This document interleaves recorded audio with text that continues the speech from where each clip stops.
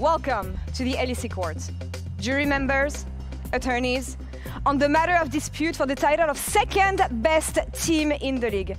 Third, actually, because of the recent events. I called Fnatic as claimant and BDS as the defendant. Now, I understand that you both have provided the necessary evidence to provide fast and get this done fast. Surely, this will not get out of hands. Sola, as the claimant, you may proceed with the session. Thank you, Your Honor. Fnatic has got second in Spring Split, whereas Team BDS only finished fifth. They're only having a lucky streak right now. I think everybody watching can clearly see it. Also, we already beat them in Spring Playoffs, so I think the record is clear on this one. Surely we all forgot the circumstances to obtain that second place. Anyway. Most European legends have played for us at one point, and this current roster also has some of the best players this server has ever seen. Most of BDS players were not even born when we were already making history. We are talking about Fnatic here, the first ever world champion. This team has only been in the LEC for 2 years. Objection, Your Honor. The opposition is clearly bringing up such subjective facts that cannot stand in the court of law. He's trying to rewrite history here.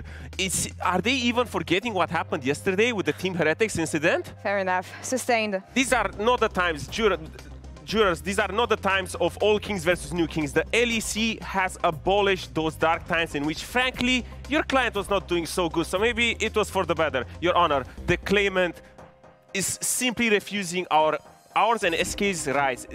He's gone mad. They're just refuting to acknowledge the best teams in the league. We're even making Sheo one of the best carries in the league by sacrificing gods. Do I need to remind you that Adam was once part of your organization? What happened there? I don't think he had much of a choice in leaving the team, BDS. Overruled. Your Honor, let me present you with the facts, okay? We have Oscar on 3 solo kills on top lane, and Adam, your so-called god, only has 2 solo kills. We have Noah, who has 3 solo kills. I'm gonna stop you right there. Who cares about these numbers? Do you have anything else than stats here to prove your point? How many times has BDS been in the World Final? Okay, listen, because you care so much about all of these useless stats, I'm gonna come with some substance here. Team BDS, I really hope that you have something solid here that is not gonna end in emotional damage as it was the case in Spring. I do, Your Honor. Adam, right now, he's having one of his better splits because his champion pool is consistently evolving. He's adding Yasuo, Mordekaiser, Volibear to the list of gods. At this rate, he's soon gonna have an alphabet. And do I even need to start with Nuke? He's having a great split, playing AD champions, champions that your client can't even play. Not this clip. No. What is this? This one is from my own personal gallery. No, it's the other one. This one. He's having a game-winning play, something that your client was not able to do yesterday in that Varus performance. That was not a performance. My client here is winning games against G2. I mean, the Varus game, we really don't have to talk about it. It doesn't make sense to single out single games, single players. Honestly, Your Honor, this doesn't get us anywhere. This doesn't get us anywhere. I demand trial by combat. Okay, you know what? Considering the final played by you, I will grant the request of trial by combat. Casters, take it away, please. I'm done. I'm done! Yo, leaked. Absolutely leaked. Welcome, ladies and gentlemen, to our match of the week. By Uber. My name's Hysterics. I'm joined by Dagda, Vedius. Hello. Law and Order, ingenious idea, by the way. Yeah, I love the fact that they resolve all their issues through combat. That's how... That was the last result. Yeah. I love the way on the face of it, they're like, oh, we're prim and proper and we live in a proper society. And then it's just like, murder him. Yeah. It's a good last result. The classics. Now, of course, this was going to be the fight for first. However, Fnatic lost, and then SK won, which then cemented themselves in first place. So now both these teams are largely playing for pride, but also for Fnatic. If they lose and G2 win, they can be knocked down to 4th place. Which is crazy, yeah. Which would be insane. Again, you know, we already talked about it. Like, this was looking like the best team. It was only recently that after losing to G2 and losing the other day to Team Heretics of all teams that we're now starting to guess. Well, that's what Nightshare was talking about on Euphoria. Was like, look, when Fnatic loses to G2, they kind of meant to boom a little bit. We saw it against Heretics. They did not look good. Humanoid brought out the Varus. It did not work for them. And now coming into this game, Fnatic kind of want to right the ship a little bit and try and steady themselves coming into playoffs. Now, BDS are banning away both the Vi and the Hui, very much directed towards two of the big carry players on Fnatic. Of course, you would expect Rumble and Skarner to be the red side bans unless Oscar has something prepared.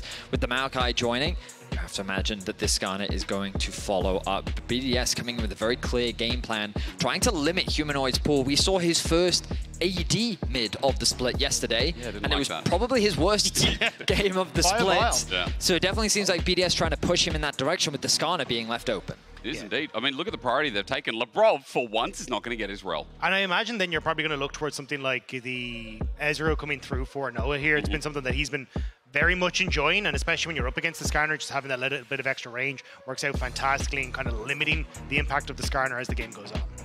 I do think it's funny that this split, Labrov has had 7 rel games. And this is like, yeah, we're going to ban it. He'll just go back to Nautilus again, no problem. Now, Corki is something that Humanoid does actually have a very long history on. It's something that he deferred to last year, earlier in the year. It's something that I'm surprised we haven't seen him more on this split, but it is now going to be prioritized for Fnatic. Will we see the Sejuani paired alongside it, or are we going to instead see Razork's Ivern? Of course, something that he's very comfortable on.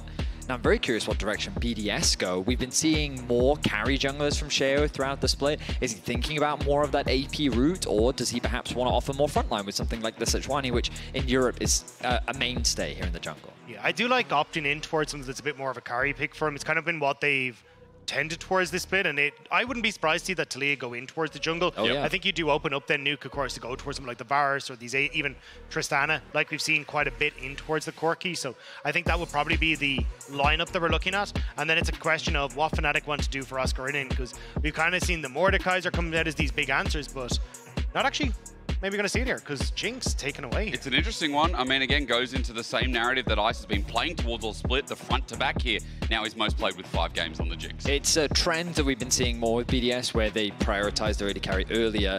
Partly for comfort for Ice, he's pretty much only played Jinx and Zeri this split, but also it just provides more flexibility. We still don't know where that Taliyah is going, right? It gives them a few more options depending on how the draft rounds out and also what bans come through from Fnatic. So I like the options being left available, and we'll see how BDS round things out. And I think that's why we'll probably see Fnatic go towards Tristana ban, go towards the Varus ban, and they're going, hey, look, Nuke is happy to play Lucian in that mid lane and still have a pretty decent time. So you kind of have options when it comes towards those AD mids if you do want to put Sheo on towards this Taliyah in the jungle. Well, as we kind of round down, interesting. You're talking about Tristana, Vedi. What else should be taken away? I mean, Tristana, big pick. I'm surprised it's made it to the second phase. I feel like other junglers, like, you know, Maokai is surprised not to see it with the priority Fnatic have, but of course we've already got both junglers, as you guys are already assuming that Taliyah is going there for BDS. Yone, Varus, maybe Kai'Sa are 3 champions you'd immediately think of. We haven't seen much Jace, but Nuke is actually a very proficient Jace player, always a possibility. It gives you a bit more range. I don't know how great it is into the Corki matchup specifically, but mainly you are thinking about these AD mid laners. But again, that's the beauty of the flexibility, right? They're banning away the Tristana. If they ban away the Varus as well, maybe they actually just put Sheo onto on a tank jungler, and they actually move the Taliyah into mid lane, right? It's a difficult one to assess on the side of Fnatic. Yeah, on the flip side for BDS, I think with the Nautilus ban, you're probably trying to set up for Leona here for Labrov, and maybe even looking at a Braum ban. Try and come through in the bottom side, just try and set that up nicely. Alistar can be a bit of a nuisance if Jun wants to go to that in towards the Leona matchup, but you can kind of just happy enough to take that match. Okay. Nice. Yeah. So worried about the answer. I mean, Adam's pulled into it already. He knows how annoying it can be. We've talked about it many times on this broadcast that the LPL continues bringing it out time after time against the Skarner. It's seen as one of the best matchups. But BDS, after taking that off, now we're going to answer that question. What do we get down the support position for Fnatic? For Jun, Nautilus taken away. Labrov's rel's already taken away. Maybe Leona pinch away or get that top lane now and get support counter pick. Looks like he's just going to go for all reliable. Oscar has had a very impressive split in terms of his diversity of champion pools. He is someone that's played a different champion every single game. This will be his first repeat of the split in the final game. But we think back to earlier in the year, K'Sante was probably his best performing champion. So they're going to put him back on comfort. He knows the matchup well. Of course, Skarner is the new K'Sante. We'll see how well Oscar can match up to the pressure as BDS then need to round out their draft. Going to take the Alistar there. So instead saying, hey, look, you can have the Leona. We're happy to play for the headbutt away whenever you try and go for engage. You can interrupt the engage with Pulverize as well, kind of tank up a lot with the Unbreakable Will as well. So at least setting up for a very strong front line. And now we get to see if it is going to be that AD mid. Mid or jungle. from the risk of blind picking Alistar is, I think it gives Fnatic a lot of options, especially in range matchups. I'm thinking about the Renata for Jun, right? We haven't actually seen it from him this split, but I know, Hysterics, you're a massive fan of this man. Gave it away. But you think back to MSI as well. It's a very strong champion. Right now, he's not hovering over it. Maybe he's just going to default to what he's been playing so far this split, and he is. A little bit surprising to see Leona, but it does provide them with the much-needed engage. When you've got Ivern and Cassante, it is the one thing that they're lacking. So a little bit of range engage, thanks to the ultimate from Leona, does provide them that way to start the fight. Well, I like Jun either way starting the fight, whether it is the Renata that you highlighted before, or it is going to be the Leona. I think the most exciting thing for me is the fact that, you know, we get Jinx on the other side. We get that BDS mentality of team fighting front to back that we talked about. Dagda, I know there's more to BDS than meets the eye in that same regard, this split, but still a comp that still stimulates what BDS was to me at the start of the year. But also just a ton of resets. Like, if you end up with Jinx popping off in a fight, Viego suddenly gets to top up, like, very quickly these fights can get out of hand. So you have to be careful how you approach these as Fnatic, because one pick and you're done. 100%. It's an exciting game. Of course, not a huge amount on the line for both these teams. They've already both locked a spot in playoffs. Well, Vedius, where's the pride in, you know, well, that's the interesting thing. I think what's crucial here is BDS definitely want a bit of revenge from Fnatic. They were touted throughout this entire split as the strongest performing team, and it was Fnatic that denied BDS entry into MSI last split. That's why we're calling BDS, like, now kind of this year, and I feel like after last year, LEC's classic third. It feels like there's a hierarchy to things where G2 are always first, Fnatic feel like they're second fiddle and, you know, get beaten out by G2 as we saw recently, and BDS are the team that are trailing behind them. It's a really interesting narrative that we heard from Adam in the PGL last night, where he was basically talking about that I feel like we're being heavily underestimated. And you can look at the all-time, it's actually very close between BDS and Fnatic. They've gone back and forth pretty consistently throughout their history, but still, it's not much of a rivalry, right? It's hard to form rivalries here in the LEC, especially in the fact that Fnatic and G2 are always sitting trying to fight against one another or sitting as trying to top dogs. But you've got to remember that Fnatic has been trying to fight for the top for a very long time. Bro, they've been here forever. Right, but BDS has been sitting pretty consistently at the top of the table for the entire year. They found themselves in third place in winter. They found themselves in third place again in spring. And they feel like, and I believe that they've only grown more here in summer. It's very clear that they've become a mainstay. And I think that what they're trying to prove is that they deserve the recognition as a top team. But that's why I love the story of BDS as well. It's like, hey, look, we are going to invest in this team. We're going to take, you know, we're going to stick to the same crew, time in, time out, slowly improve, get to a point where we're entering into the top of the table. And we're seeing, you know, difference in Adam's champion pool. We're starting to see Sheo flex his muscles in some carry picks. We're seeing different looks from BDS, but is it good enough? Take down Fnatic. Thanks, Betty. I pressed the wrong button. I needed to cough. And I pressed. I'm so sorry. You didn't want me on the card. I'm sorry. Now, if you are just joining in and you're wondering why there's three of us, I mean, with our match of the week, also the fact that, you know, Vedi and I afterwards will take you all the way through the night. 5 games in a row now, I believe, thanks to our tiebreaker later on. And this is only the beginning, but an exciting one we're looking for. And talking about the development, we can continue on, but I want to quickly start this game off by talking about jungle pathing, where it seems like Razork is moving up towards the top side, getting all his marks on his camps, retracking, as you can see, that's now ready for blue, for Wolves. On the other side, Sheo started down the bottom side and will eventually be clearing towards the top lane. And Vision already invested very early from Fnatic. They wanted to try and figure out where Sheo was starting. He's going to be spotted on a ward once more. The pings have actually come down for an early mid gank. This could be a huge investment versus potential loss. Let's see how Razork responds. Maybe to get a flash at the very least. Sheo's going to come on in. Humanoid just Valkyries out, and as he's spotted out, now in the meantime, Razork just clears up. Jun, gonna go in. There's the headbutt we were talking about. Careful, Vedi might mute you again as BDS just pull back from the trade. I do like the transitional gank from Sheo towards mid, because oftentimes you want to try and get the push early in this Taliyah so that you can reset, pick up an early tier and try and get your lane into position from that way. And in the grand scheme of things, it doesn't really stop Sheo. He's still moving up towards his top side. And realistically, Sheo going to be a little bit quiet, I think, for the first clear. He just wants the full clear, get back, come back out onto the map and look at that Void Grubs. This has kind of been where BDS have really been contesting over the course of this split. I was just having a moment there watching did you see the fancy sidestep back from Humanoid out of the seismic shove? Oh, Marek Brazda, you know, that man. I mean, he needs to make up for his performance yesterday where things didn't quite go the way that he wanted to. Real. Fnatic looking to try and cement themselves at the top of the table.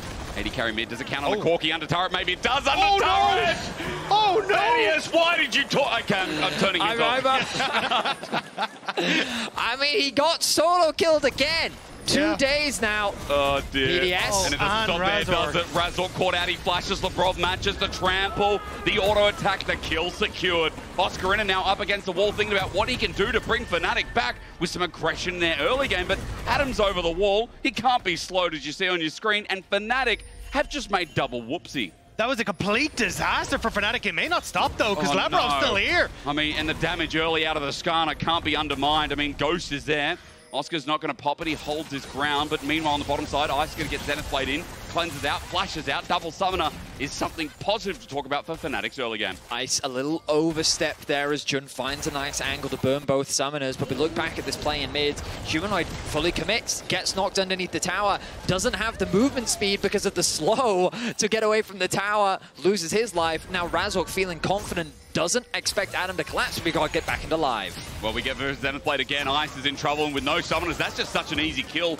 Great punish. And this time Fnatic hitting where it hurts. And look at the wave that's denied. A much needed win for Fnatic. And managing to get that play on the bottom side. We've kind of seen Fnatic tend to play more towards the top side, but this is definitely a game where top side's gone disastrously. So try and invest in Noah and Jun, who get that return nicely. I mean, so much loss there for Ice on the bot side of the map. This is now becoming an interesting game where BDS have control over the top side, thanks to the advantage Nuke gained in the mid lane. But Fnatic have a pretty significant advantage towards the bot side of the map, thanks to a really nice punish onto Ice, because Labrov is working with his team, moving around the map, trying to coordinate with Sheo to make plays happen, and they found those advantages, but Fnatic, quick-witted, make smart decisions, and they're able to punish back and find advantages of their own. We're sitting open with our storybook, and I want to quickly look at mid just while we do, because I know this is going to get a little bit bloody, a little bit faster as well. Something I wish was more of a best of three. You can see, I mean, these guys become historical mid laners. You know, we were talking about BDS before. Nuke was alongside this roster at the very beginning when he had Int in his name. He took that out. He got better naturally. Humanoid, on the other hand, I mean, this guy is starting making his name for himself as long as Vedi doesn't talk anything bad about it. I think that it's been a rough weekend for Humanoid. 2 solo kills now hasn't been the best, but Nuke has looked great. And that's kind of been the big talking point, is how he stepped up. You're looking at individual players across the board for BDS looking significantly better. But with BDS now starting up towards this Rift Herald, our Void Grubs even, I thought we'd see Razork maybe try and make a play out to the bottom side, but this is just kind of going to BDS for free here. I mean, one of the interesting things I think about the Nuke Humanoid conversation is I think BDS have always struggled to have that star individual, the superstar. Originally, back on Schalke, Nuke was the player that the organization chose to invest around. Like, they wanted to build around this player, build him up. And I think in this year, especially, he's really grown into one of the top mids in Europe. But Humanoid has always had that X factor about him, right? He definitely has those bad games, but we've seen how incredible he can be both in individual games, on the international stage. He's been able to shine, and I think that's something that we're still looking for from Nuke, those moments to really turn a game single-handedly, and I think that he's been doing that this year more and more. But I think it's the question is, can we see it in playoffs? Because that has been where BDS has struggled, and it's been Humanoid who stepped up. I mean, the reverse sweep against this team is exactly what happened, right? So there's definitely a chip on the shoulder of BDS. Of course, this is just the best of one. Both will be moving into our best of 3 playoffs. But along the line, a lot of pride for both these teams as we round out the summer split. We kind of take stock of the situation. Gold relatively even. We see small advantage game for Noah on the bot side of the map. Meanwhile, in mid and top and jungle for BDS, small advantages as well. Nothing too significant. A few core component items. Nothing too crazy. He's just following Ice around. I mean, if I'm happy to have 1 gold on 1 player in this team, I will say I'm happy to have it in Noah. I think coming back from MSI, he received a hell of a lot of criticism. But Noah's been playing really well. Jun, again, has been my star, who's been rising up through this year as well with this new duo bot lane. And Fnatic, the gold there handedly. You can see no first item, but he's got what they call the double dagger build. From a certain part of the world, and with the longsword as well. 600 gold lead you mentioned is what Fnatic are trying to push for with more plating in the top side. Yeah, BDS though. They're going further, aren't they? The shock out. Ice just runs away. Labrov sacrifices his life. Noah with a 2nd kill. Echo that point again. That's a couple of times now we've seen whoopsies from Labrov in the early stages, and it has cost BDS. Tries to stop the reset, but Fnatic are in the area now. Going to take over top side. Flash, this is disrespectful. Razork thinking he could take this. Didn't know where Sheo was. That's a freebie while he's trying to take an enemy blue. And that will set up then for Ice to cover this topside play as well. I mean, the mid jungle coming up clutch for BDS. Yeah. As Fnatic's bot lane find opportunities, it is Sheo and Nuke responding in kind. The kills remain relatively even, but let's see what this Viego can do with the lead that he's now built up in the early game. Yeah, trying to move in towards the mid lane at the moment, but I think it's just a shadow. I say that. Ooh. Oh, he stuns himself. Hang on, are we going to flash? Oh, get it out of Humanoid though. Well played from Sheo. That's a summoner as Corki and Humanoid. That's the second time we've seen a mistake out of this mid laner. Flash gone with a minute and a half until Void Grubs as well. BDS, with already having those first three, are actually just going to look for a play now. Never mind a few minutes. Kill. Well, at least you get demolished in the meantime as well. Gold shared over to Nuku. Is doing pretty well in this lane. I mean, all things considered, everything is looking pretty good. Again, we have these very clear strengths and weaknesses for both sides right now. I think that we're kind of, when we look at the comps holistically, of course, double AD carry has been the meta, largely dominated here in Europe. You always have the scaling element. Corki has a very powerful mid-game spike too. And when you add an Ivern on top of that, it's a lot of damage. But there's also a lot of AD threat on the side of Fnatic, which means that BDS have easy itemization. And with their greater mixed profile, I think they're stronger skirmishing thanks to the Taliyah and Viego, which we've already seen come to fruition here in the early game. And I think that's been the speciality of BDS, the split. It's kind of been those more skirmish-oriented plays where it's moving Nuke or Sheo on something like a Taliyah to overload a side lane, find moments to play off of wave states rather than just looking for continuous team fights. And when you're already setting up for potential Void Grubs now again for 6, that's kind of where BDS can always lean back to once more. Yeah, I mean, you mentioned it earlier, Dagda. BDS have had a heavy investment towards these grubs, and they've already swapped to the top side, completely abandoning the dragon, and said, well, we want to keep our bot lane on the top side, ready to contest them. They're spawning in about 10 seconds. Adam gets the push in bot. Nuke has a reset. Good timing from him, as he has the TP to come back into the lane. And BDS's whole game plan, perfectly on time, ready for the grubs contest. And I don't think Fnatic is in a position to really answer. Not at all. I mean, Archangel's also just picked up for Nuku. As he teleports back to mid, remember, has that weave as wall, so in terms of team fighting ult, he's much better.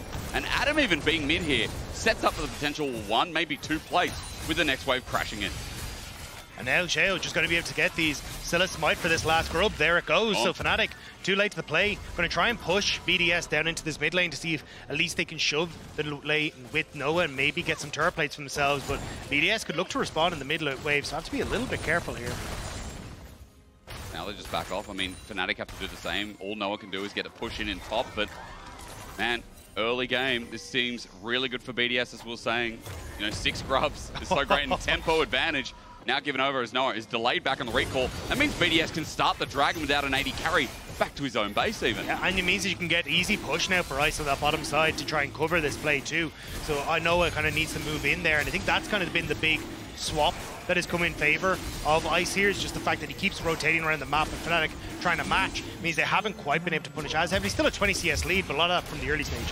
Falls on Jun though, good side step in the meanwhile as Trample gets his stun down. Then played re-engage isn't there as Nuke gets a seismic shove and he walks away from it, but BDS still thinking about the potential of what else they can find as Razork's nearby. I mean, I love the early macro that we're seeing from BDS. We've seen this from them over the last few weeks too. They seem to have such a great understanding of how to play around these neutrals within the first 15 minutes of the game. And notice how, because Fnatic was late in their reset, that single rocket delayed everything. Noah then catches the wave in bot. He then runs the risk of getting dived, and now you've got this fight over vision in the top on the bot side jungle with Nuke constantly getting pressure. He can collapse. Adam's now here as well.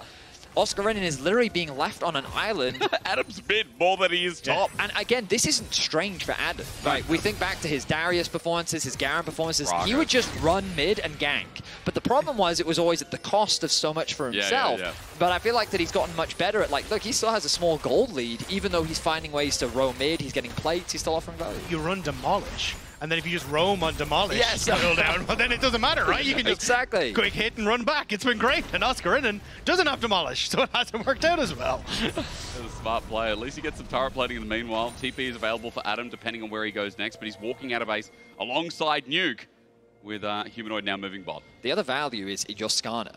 Who cares if you're like a couple hundred gold behind, right? You can drop 500, hell, you can drop half an item against K'Sante. You're both going to be doing the same thing, grabbing someone, dragging them out of the fight. Bro, it doesn't matter how far behind you are, you get an ult down on 2-3 carries, game's over. So I think Adam's finding ways to have great impact on the map, utilizing Skarner's toolkit to the best of his abilities. Now, we're singing the praises of BDS because of how well they're controlling the early game, but that does not mean that Fnatic is in any serious deficit. They're short on the grubs, they're short on dragons, but overall, Noah's still in a great position. The gold largely remains even, while Humanoid is a little bit behind on his first item. It's not the end of the world because he is competing against a tier mid laner as well. So Fnatic still feeling very comfortable, and they're not really under too much pressure just yet. Yeah, I think a large portion of this game is going to come down to Nuke versus Noah. How well can BDS use Nuke in a side lane to create pressure against Humanoid who's slipping behind, versus Fnatic finding moments where they can force plays around Noah, whether that's a team fight or a skirmish around an objective. And with Riptide coming up, this could be their moment to try and find it. They already have Oscarinin on that top side.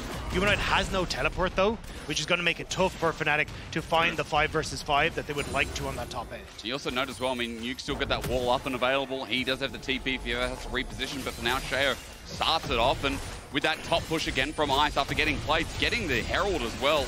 We just keep highlighting BDS and how good their early game has been, because right now Fnatic are always playing second fiddle. I mean, BDS's objective control just has been flawless here in the early game. And it comes back to what you were saying, Dagda, just the way in which they move this bot lane around the map. They're just very acutely aware of, hey, this objective is spawning in this amount of time. Please choose your base timing now, and then they're all in a great position. And I think the coolest thing that we've seen actually, hold on. It's the Skarner. How serious do you take it? Solar Flare still flashed away because Humanoid was nearby, and that would have been the damage, while there's going to be a turret trade. But I think the coolest thing that we've seen from BDS and the evolution we've seen from BDS is the fact they're clearing out side waves before objectives. Yep. Yes, the wave is now hit for Corki in that bottom side, but Adam played aggro on that last wave to make sure there was no opportunity for any sort of push to come in on that bottom side, where Fnatic could have made a dive, could have made a play, so you end up getting now a quicker turnaround on that top side thanks to Rift Herald. You haven't really got the investment for Fnatic to make a play onto that bottom side as easily, and now BDS are back out onto the map ahead of Fnatic thanks to the way they're setting up side lanes to help them take objectives. And crucially, Sheo is in a great spot. Yep. Any Viego player will know how good it feels to get an early kill or an early advantage, because your itemization can be quite expensive. Typically, we see these high damage builds from Viego, a little squishier compared to the old bruiser Viegos that we used to see. And being able to get that early gold means that you're just ahead of the curve and you're very lethal in this mid game. As we say that, Fnatic looking to contest this top tower. BDS in a position to try and defend. Ice is stuck mid lane though. Adam has the TP, but the wave clear between Nuke and Sheo is in fact enough. Can't Adam just keep pushing bot for free? Yes, he can. Yes. And yeah, keep getting that. Absolutely no trade-off, because BDS able to clear the wave. There's a flash, even finding something here.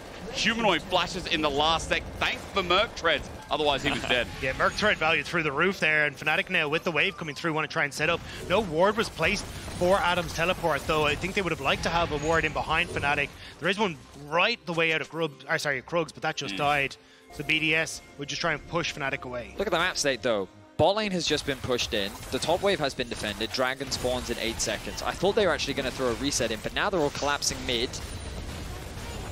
Okay, so they got him! Labrov in, and that was perfect. Noah gets out, he uses barrier, he uses flash, but wow, BDS, it looked too far. The rocket is trying to go offside, but unfortunately the ref picks that one up as turret falls down as well. Those are the type of superstar plays we've been seeing more from Nuke this split. Yeah. The positioning, the timing. Catches Noah off guard, and this is going to unlock a likely uncontested Drake unless Noah can get back in time, but I don't think he can. Labrov, seismic shard blocked this time around. Humanoid going to get solo turret in the top side while second dragon gets picked up. And remember, no ocean, no chemtech. This is a lucky dragon game. We're about to find a dragon that looks real good here for BDS, stacking up a Cloud Soul. Yeah, for a Jinx, that seems really fair. BDS have just made this game look very fluid. It's have, been a low kill game, but notice how like something is always happening. You don't feel like the teams are just kind of awkwardly squaring off. There's not this cross map. They're actually just in a great position. And I do think some fault is on Fnatic. I think there are better opportunities for them to potentially cross map. Maybe they could have gone for an early dragon. Some mistakes early through mid and jungle like potentially, that. Right? There's a lot that's kind of the after effects. But BDS, knowing that they have this advantage, the way they're moving around the map, they're, as you rightly said, Fnatic are playing second fiddle. And this is why I think we've just seen BDS level up this split in particular. It's, hey, we're not playing for these team fights with dragons. We're not playing this similar style. We're going high priority on void grubs. Use that to create tempo advantages. Use that to get our waves in order and just make the game difficult for your opponent to keep pace with you. And BDS are doing a great job now of going, hey, cool. Well, even in these situations where you're now going to push in on top, well, we're starting to get pressure on bot side. And BDS are already starting to collapse to try and push Fnatic back off of playing off these wave states. And Fnatic's priority right now is looking to complete these items as quickly as possible. They're trying to farm as much as they can. They know that team fighting is the way that they kind of get back into this game, even though the goal difference doesn't look that dramatic. And truthfully, it's not. The carries are kind of on pace with both Nuke and Ice. And again, we're singing the praises of BDS, but it is not in any way doom and gloom for Fnatic. It's more that the pressure is slowly mounting, right? You're getting closer to that Dragon Soul. BDS is in a great spot. BDS, when it comes to taking towers, is in a much better position. If they're left isolated, we already saw how quickly Adam was able to take that bot one. And so all these little things are slowly starting to mount up, making the game harder for Fnatic, but definitely not impossible. And it's also, you know, Noah's lead slipping away. BDS starting to find those moments where they can get gold across towards Ice, especially with the cold popping. So you got to watch Jun, or maybe Labrov in this case, but keep your eyes on Jun. He's the one that has the CC and the engage that you need to really find a pick, find a play. So if he can find that moment to pick off a member of BDS, set up for Fnatic to take back that tempo, that's where Fnatic can find their success. I think that's the crucial thing, Dagda, just because when we talked about the draft, Jun wanting to lock in the Leona is kind of that primary engage tool. It's not easy to start a fight with Ivern and engage. Here we go. So he goes in first with the Heartbreaker out. Sheo afterwards receives a Solar Flare, and that is ulti for ulti, but also to show you that Sheo can bleed if they find that engage through. They get the cleanse out from Ice, though. Nuke putting the nice... well, I always forget the name of it. It's not the Weaver's Wall. It's the one with all the rocks on the ground. Unraveled Earth. Unraveled Earth. Why do I always forget that? Because, bro, you just call it pebbles, or you call it, like, a pile of stones. The pile of rocks, the the rock stuff. Anyway, it was really nicely placed from Nuke. It basically mitigated any potential follow-up after Jun found that initiation. In a choke point like that, it was very difficult for Fnatic to actually find a fight. But getting that cleanse out from Ice, I mentioned it earlier, is still a very valuable summoner spell to almost caught out there, just gets over the wall. Have you ever been to the Czech Republic, either of you guys? No. Yeah. No? Okay. You know, Dagda, you know, like like it's beautiful, old town you walk through. That's kind of what the Taliyah stones remind me of, you know, like all the cobblestone road. Yeah. See, in Australia, you don't have that. You don't have, because... You don't have culture. We don't have culture. All right. Well, Dagda's never going there. So then I'll let him in. That's what it feels like, you know. I don't know if there's anyone from the Czech Republic in the audience or the chat today, but that was a nice one. You caught him completely off guard with that. He wasn't prepared for that at all. I caught you off guard. No, he caught you off guard. Oh, right, yeah. That was a good one. I was about to say, BDS, every time we Fnatic come off guard? I don't know. Should they be? I mean, right now, Baron spawn. BDS are getting into position. It's Labrov who's going for the face check, and Sheo thinking about it from the side, but Labrov just tanks up some damage. And Fnatic are here as a fall stack, while Oscarinin can always TP in if need be. Space going to get interrupted. He wants to get this reset off. Does, of course, have the TP available. Dragon in about a minute's time. BDS were mainly looking to control the topside vision, maybe make Fnatic feel a little uncomfortable, but because Adam's base was interrupted, you look at that bot wave, Oscar got a massive push in, and now he can rejoin the team. This is a big window of opportunity for Fnatic to do something on the map, but his teammates are resetting. So while Jun is able to drop a few wards before he chooses to reset himself, no major advantage gained really for Fnatic. Yeah, I think we're going to start changing our tune from topside pressure into bot side with Dragon spawning in just over 40 seconds. BDS going to clear out some of the vision just to make sure that they can spot if Fnatic try and trade over for the Baron, but I think they would like to try and make some sort of play onto the bottom half of the map, but with Fnatic having no Dragon for themselves, it could actually be BDS who are just looking to trade Dragon for other positioning on the map. Now, crucially, Fnatic have completed those second major items. They're in a pretty good spot. They're pretty poised and ready to fight. You'll see topside getting caught by Nuke. He's now questioning. Well, I think he's just doing the Gromp, actually, but he's in a position. Is he going to rotate over, going to reset TP? It looks like he's just going to walk over to join his team. It's Fnatic that's first on the objective. It will be BDS to have to fight their way through and reclaim that space, but first, the mid-wave is the priority. Yeah, that's where Fnatic actually going to get onto the Labrov here. After the root caller as well. Jun has to flash away. He regrets it. Ice just steps on up, gets some damage down. Now asking if BDS are going to continue the fight right now might be as obvious as Oscarinin gets flipped on out. Jun finds a new target into the Scorpion King, but Dwayne "The Rock" Johnson, Solar Flare through the wall, gets targeted out. He's stuck there for years. No impale, but a great seismic shove. A triple knockup might bring it back, but for BDS, there's no reset yet. Jun even getting a follow-up engagement that BDS have to kite back to their turret, and man, Fnatic locked Adam into the wall. We need to call Riot Games. Adam thought he got out. Jun said no. Labrov thought he had the play, but the redemption for Razork says no. The healing comes in clutch, and Fnatic find that team fight you were talking about, Betty. Fnatic execute flawlessly. It was only a single pick, but it felt like BDS just didn't have the damage. Yep. Jun and Oscar on the front line were able to weather so much thanks to this Ivern pick. And we look back at it, as you rightly said, the fight never really starts for BDS. How do you get they just stuck? Look, the chain CC comes through from the Leona, then the Zenith Blade into the ultimates, then the Root comes out as well into another stun, and he just gets executed. Then the Alistar, a nice play, but look at the healing, the shielding as well. So much utility. The barrier from Noah means that this Fnatic, it felt like BDS just didn't have the damage. No, I mean, Ice couldn't really get in a position to do that damage because they'd already got on towards Adam, and that would have been a horrible choke point. And again, that redemption from Razork doing so much work, just couldn't get anywhere in. I have something to say, and you know, the stun duration also hurts because nice high five Dagda, you didn't see that, guys, but he's picked up Tabi instead of Merc Treads, and they're getting stuck there between the K'Sante, between the Leona. You can definitely see the difference, but you can also understand the Tabi's purchase. Nevertheless, with Adam dropping down with the fight going over to Fnatic, Soul Point was denied. The game goes longer, and we're just talking about how Fnatic, like, oh, front to back, they've got the Ivern buff, the steroid in their comp supportive jungler. We've also got a 3-item Zeri now from Noah, who went LDR third. So we are starting to hit some of those spike points where Noah's earlier gold lead now becomes even more relevant for Fnatic that continue to stall out. It also just gives them control on the map, which has kind of been the thing they've struggled with against BDS so far.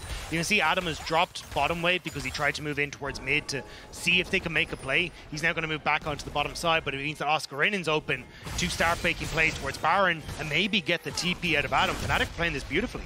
Solar plays there. Sheo gets slowed down only. No Zenith Blade to reach out, but you can see the vision clear is part of the package deal here for Fnatic, as Nuke just does the same of his own. They clear out, they accept the waves, and gentlemen, we chill for a little bit, maybe timing up with Dragon. See if we get that dream fight once again. So both teams kind of reset right now, back to farming, working towards more items. You can see LDR already completed for Noah. Ice still a ways away from completing that. Let's hope we don't have another LDR experience when going up against the K'Sante and Leona. That's a nice thing to say, Betty. What would prompt you to say that? Yeah, Jinx, I think, can struggle to melt through tanks without proper itemization. God, yeah. In any case, we find ourselves in a situation where, again, the gold lead doesn't really mean that much. Of course, Sheo is very strong, but he needs to find his way onto the backline, which is kind of the challenge. Zeri and Corki, very mobile, but not only that, they've got an Ivern too, right? And this is where the double lady carry compositions with Ivern, a large part of why they've become so popular here in Europe. You initially look at that damage profile and you think, oh, well, they're kind of lacking in magic damage. That's kind of a problem, but doesn't really look like a problem right now. Not at all, mate, gents. It's been a bit of a slow one. Obviously, it's been macro-based as well. But as we said, you know, we're waiting for some of these more prevalent items to come through, especially on people like Humanoid. Right now, you're waiting for that next dragon top of your screen. It's a silly question of me to answer, isn't it? It's like asking, what is tar? Well, tar is tar. Everyone knows that. And if you don't, you need to be on the internet more. And as BDS set themselves up with more vision around the Baron, it's just the push and pull, the ebb and flow. It's like going through an Elden Ring boss about 10, 20 times and not knowing how to parry, but then you learn how to parry and you get really good at it. Jake, come back from the rabbit hole. Yeah, back at the rabbit hole. Now, what do you guys want to talk about? Well, right now I want to talk about the dragon spawning in about a minute and a half. Good one. That's right now, again, the contest around the Baron is primarily focused about the fact that it's this dance of vision. You know, you were talking about the Solar play. Okay, it starts off a little bit earlier, doesn't it? The suppression's there as well. I think that's the route. Adam once again stuck in place. He gets K'Sante ulted, but that's too far for Oscarinin. Under turret ends up being a trade with the seismic shove on the left of your screen. Was the clutch play that gives a reset and sets up Sheo for success. A root caller, another heartbreaker, and that's the playmaker. BDS's mid lane is going nuclear again. This time, BDS had the damage that they needed. Just bring a tower into the mix. Adam dragging Oscar underneath that mid lane tier 1. Getting rid of that initial front line allowed them to chase their opposition down. BDS with a huge team fight win now puts Fnatic on the back foot. And it's exactly what we talked about in draft. Once you get one kill, BDS come alive. Sheo with the resets, Ice with the resets, and now Baron in their sights. BDS taking firm control of this game against Fnatic. How good has Nuke been this game? I mean, I'm just watching that playback and I'm excited for the replay because, bro, this Taliyah is hitting every W that I feel like we see on our screen. We'll wait for that one, but again, even as though it starts badly for Adam. BDS, this is their improvement this split, isn't it? I mean, Dagda, you've talked about it so much on cast, I know.